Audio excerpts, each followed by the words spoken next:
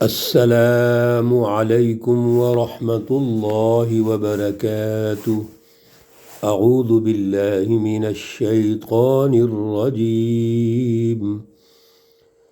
بسم اللہ الرحمن الرحیم۔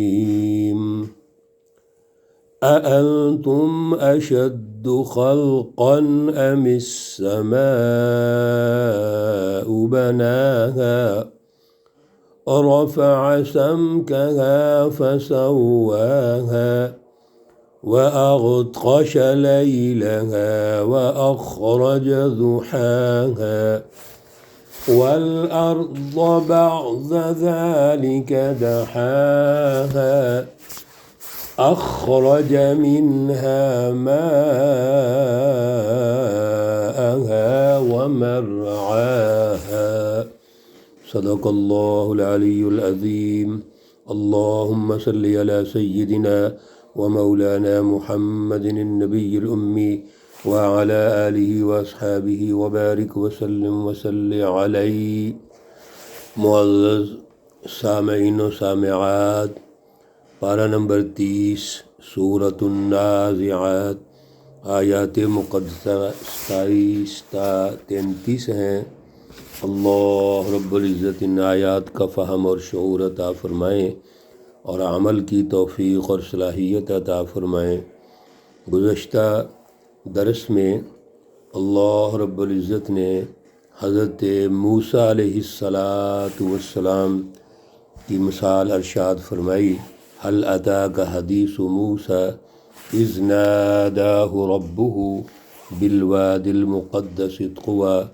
میرے عزیزو، موسیٰ علیہ السلام کو اللہ نے ایک ذمہ داری لگائی، اور وہ ذمہ داری یہ تھی کہ اذهب الی فرعون انہ طغی، فرعون کے پاس جائیے، وہ سرکش ہے، ظالم ہے، وہ اس نے سر اٹھایا ہوا ہے، وہ طاغوتی سوچ اور مزاج رکھتا ہے، انسانوں کو غلام بناتا ہے، بچوں کو قتل کرتا ہے، صرف اپنی حکومت چاہتا ہے، حتیٰ کہ اللہ کے مقابلے میں آ کے کہتا ہے انا ربکم الاعلی۔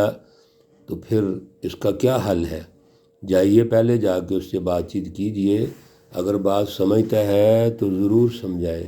تو دعوت کے اصول میرے عزیزو عرض کیے تھے کہ سب سے پہلے جو درجہ ہوتا ہے کسی کو دعوت دینے کا، ابلاغ کا، وہ یہی ہے کہ نرمی سے بات کریں، دلائل سے بات کریں، عقلی اور نقلی دلائل سے بات کریں، رہنمائی اس کو سمجھائیں۔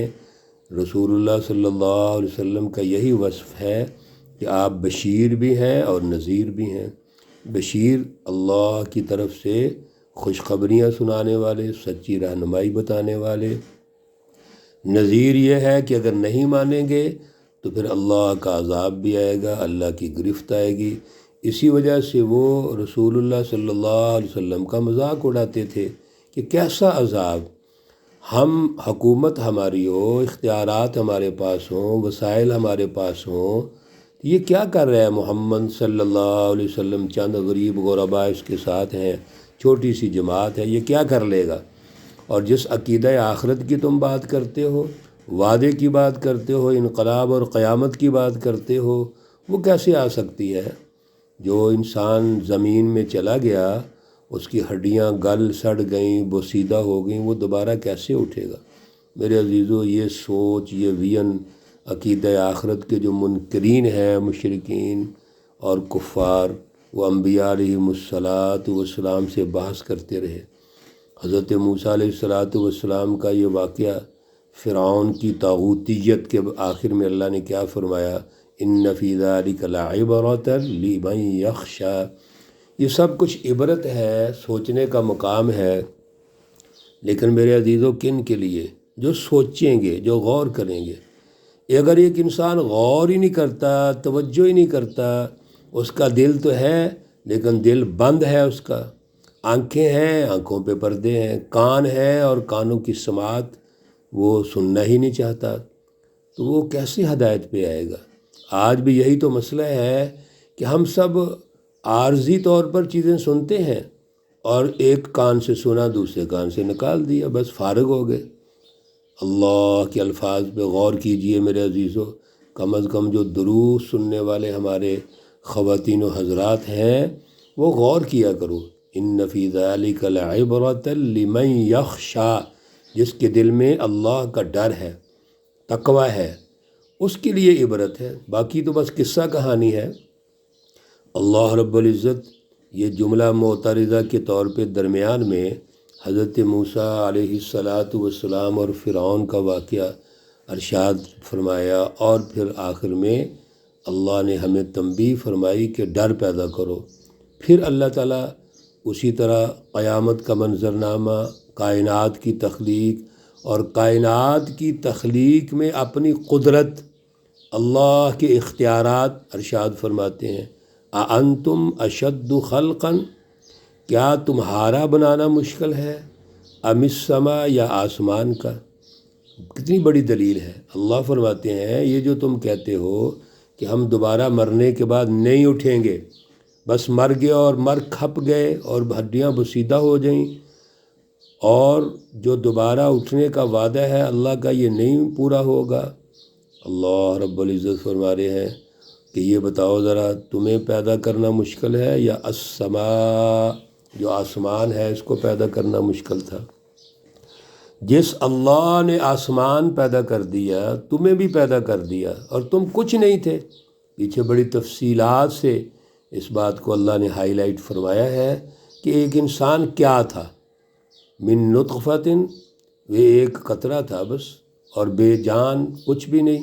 پھر اللہ نے اس میں جان پیدا کی، اس کا وجود بنایا، دنیا میں بھیجا، اور جب جوان ہوا تو اکڑ کے کہتا ہے کہ میں ہی سارا کچھ ہوں، اور پھر اللہ کے جو رہنمائی ہے اس کو ٹھکراتا ہے، اللہ کے رسولوں کو ٹھکراتا ہے۔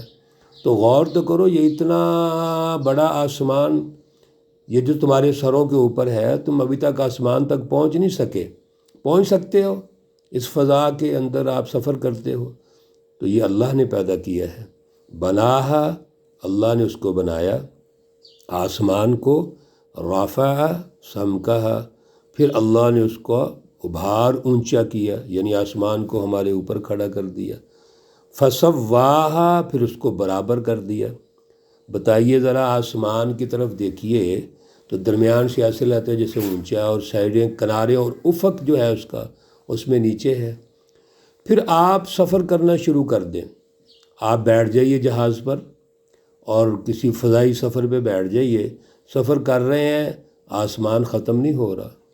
یہ کون سی ہستی ہے جس نے اتنا بڑا آسمان ہمارے سروں پہ کھڑا کر دیا؟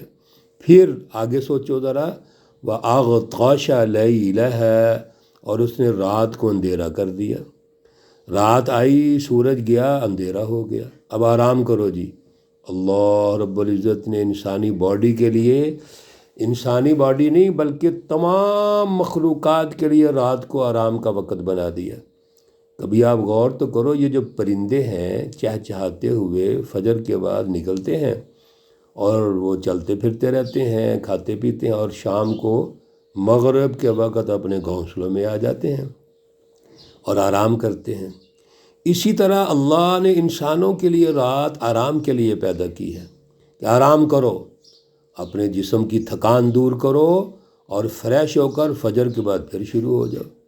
پیچھے بھی ہم نے یہ پڑھا تھا، اللہ نے کتنی ترتیب سے رات اور دن بنائے ہیں، لیکن ہم نے رات کو مرضی کی شروع کر لی، ہم نے رات کو کاروبار شروع کر لیے، اور دن کو رات کے آخری حصے میں اپنے گھر آئے اور سو گئے، اور پھر ایسے سوئے کہ نماز فجر بھی گئی، سب کچھ گیا۔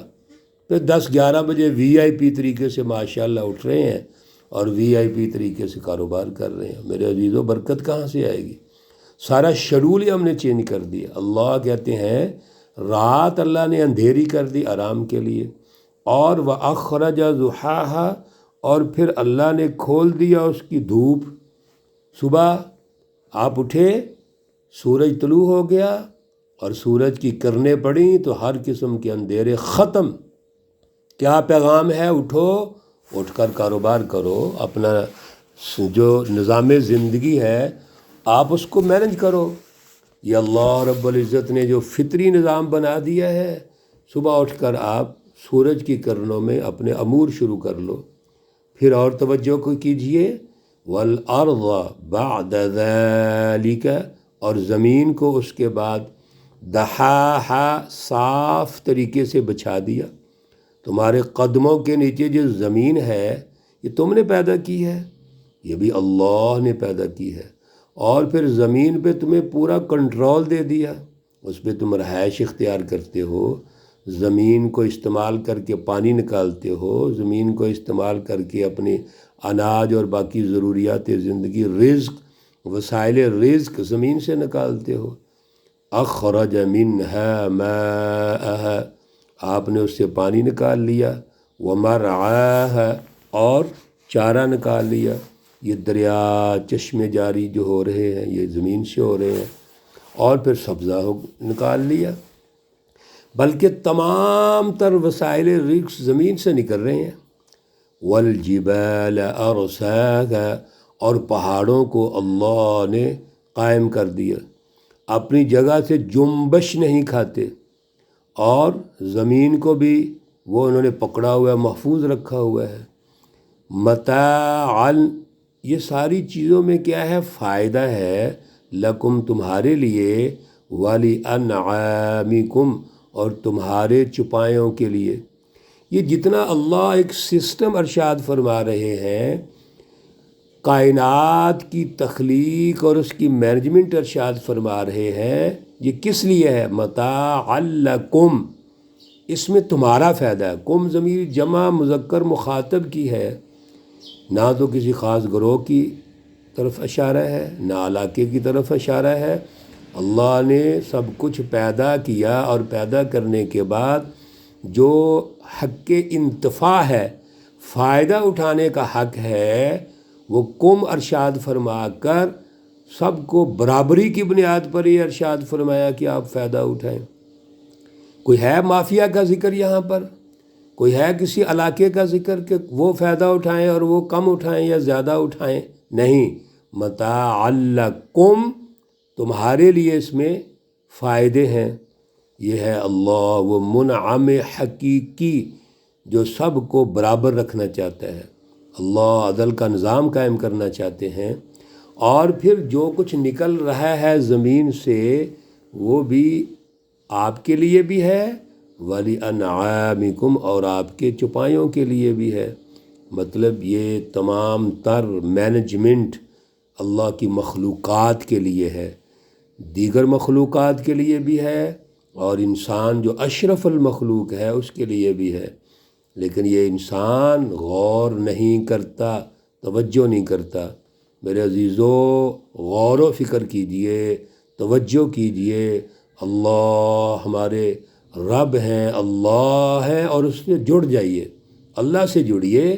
اللہ کے علاوہ سب کا انکار کیجئے. اللہ کی رہنمائی میں سب کے ساتھ تعلق رکھیے. اللہ ہی ہمارے سب کچھ ہیں، اس کی رہنمائی سچی ہے. اہدنا الصراط المستقیم. ہمیشہ جب سورۃ الفاتحہ پڑھتے ہو تو توجہ رکھا کرو، اے اللہ ہمیں سیدھا راستہ دکھا. کن لوگوں کا سیدھا راستہ ہے؟ صراط الذین انعمت علیہم، وہ 4 قسم کے لوگ ہیں. اولئک الذین انعم اللہ علیہم من النبیین والصدیقین والشہداء والصالحین. یہ 4 انعام یافتہ لوگ ہیں، ان کی طرح ہو جائیے. یہ سچی جماعتیں ہیں. اللہ ہمیں توفیق اور صلاحیت عطا فرمائیں. اللہ رب العزت تمام بیماروں کو شفاء کاملہ عاجلہ مستمرہ عطا فرمائیں. اللہ رب العزت تمام مرحومین و مرحومات کو جنت الفردوس میں اعلیٰ مقام عطا فرمائیں. ربنا تقبل منا انك انت السميع العليم وتب علينا انك انت التواب الرحيم. وصلى الله تعالى على النبي الأمي محمد وعلى آله وأصحابه أجمعين برحمتك يا أرحم الراحمين. السلام عليكم ورحمة الله وبركاته.